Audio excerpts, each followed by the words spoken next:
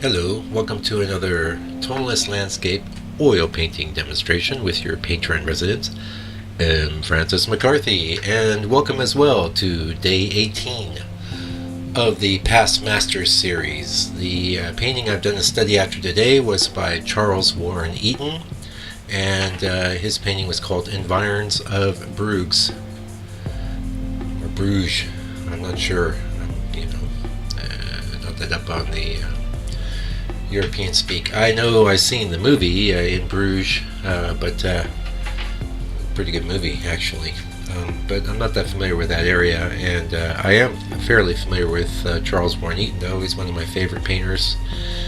And I have to say this painting was, I like it, but I found it to be quite a challenge. First of all, his sort of weird one-point perspective thing, and I don't know, I sort of struggled, but in the end I think I got a good result. It looks good. There were just some things that he did that I wouldn't do myself at all. So that said, it was a good learning experience, as all of these studies are, and I guess that brings me to something I want to talk about today, which is you want to learn how to paint, you say, and you like certain paintings by certain people, and you would like to work in that way. My strong recommendation is to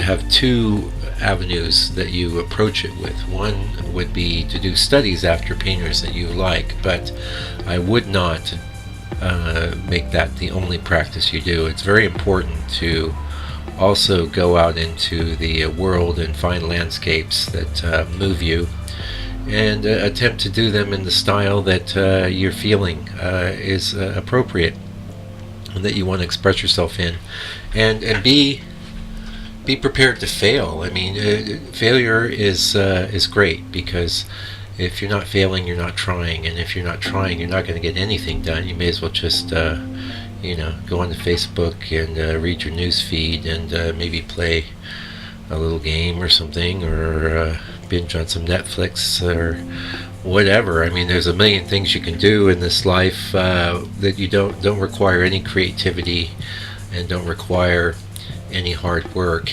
They just require you to be a spectator, and painting isn't one of those things. So if you're an aspiring painter, that's my advice to you. And my other advice is make sure you paint every day. You may have a day job. In fact, you probably do. Well, that gives you, solid time in the evenings. And plus, it gives you, the nice thing about day jobs is it gives you time to think about your work. Unless your day job is incredibly engaging, you probably have some time to actually think about painting and what you're trying to do at home in the studio. When you get home, have dinner, and then get into it. Turn off the TV, leave the iPad on the coffee table, and just get to work making some paintings. And the great thing about that is, you'll have something to show for your time, whereas the multitude of spectators sort of activities that we have in the modern world, they leave us with nothing to show for all the hours we spent here on the planet. Whereas if you're a painter, even if you're doing bad paintings, at least every bad painting adds up to a good painting down the road. That's another thing. You have to get these things out of your system, and they make excellent textural grounds for future paintings, by the way. In fact, you can see this burn umber color that I'm painting on now. I got into that originally by wanting to paint over the top of a bad painting, but it was just too much.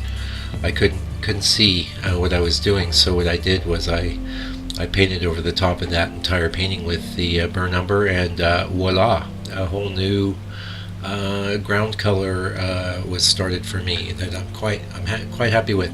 I do miss working on burnt sienna sometimes, though, and every now and again I think maybe I should do some board prep that way, but it just works for me. They both have their strong suits, but the getting back to my point, don't worry about bad paintings. You can always do another painting over the top, or you can destroy it, or whatever. In fact, I recommend destroying them if you really hate them.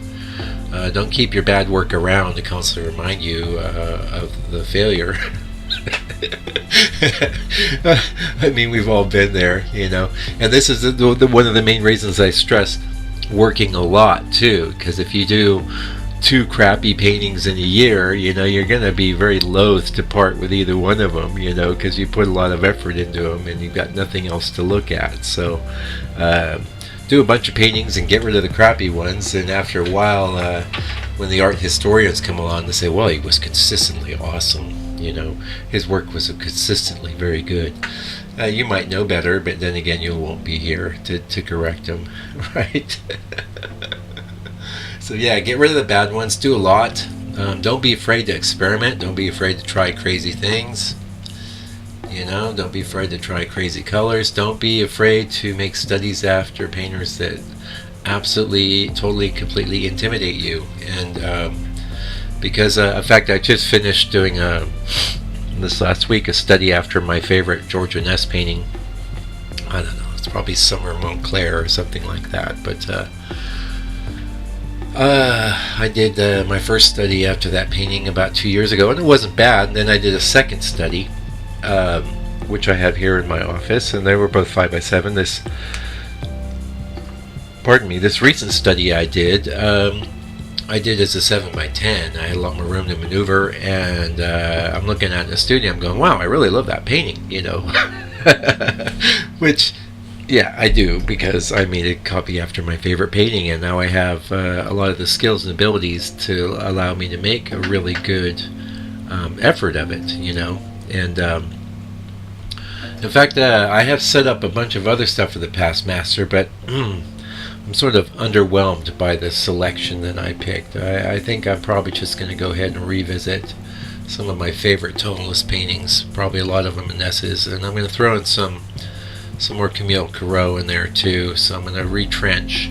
I do have one on the easel. I'm home for lunch today. I have one on the easel, mix some colors. It's a Georgia Ness. It's a secondary in Ness, I would say, but has a very nice, I like what he's done in the sky. He has some kind of clay tones with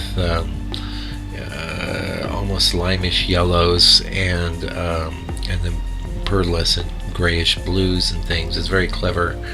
And interestingly, the whole ground plane is kind of keyed off of burnt sienna or burnt umber, so that should be really quick and easy to paint. So I'm going to proceed with that. I've decided to do that as a 5x7, and I pretty much abandoned the day of. Like, we're on day 18 right now, but when we get into the rest of the past masters, I won't be really saying this is day X or day Y. It'll just be past masters series. But I originally set this up as a 25 Days of Tonalism Volume 3, and then changed the title to Past Masters Series. So we do have another, I don't know, 6, I'm doing some mental math here, 7 more weeks. So anyway, thank you for joining me today. New subscribers, hey, thank you for subscribing, that's awesome.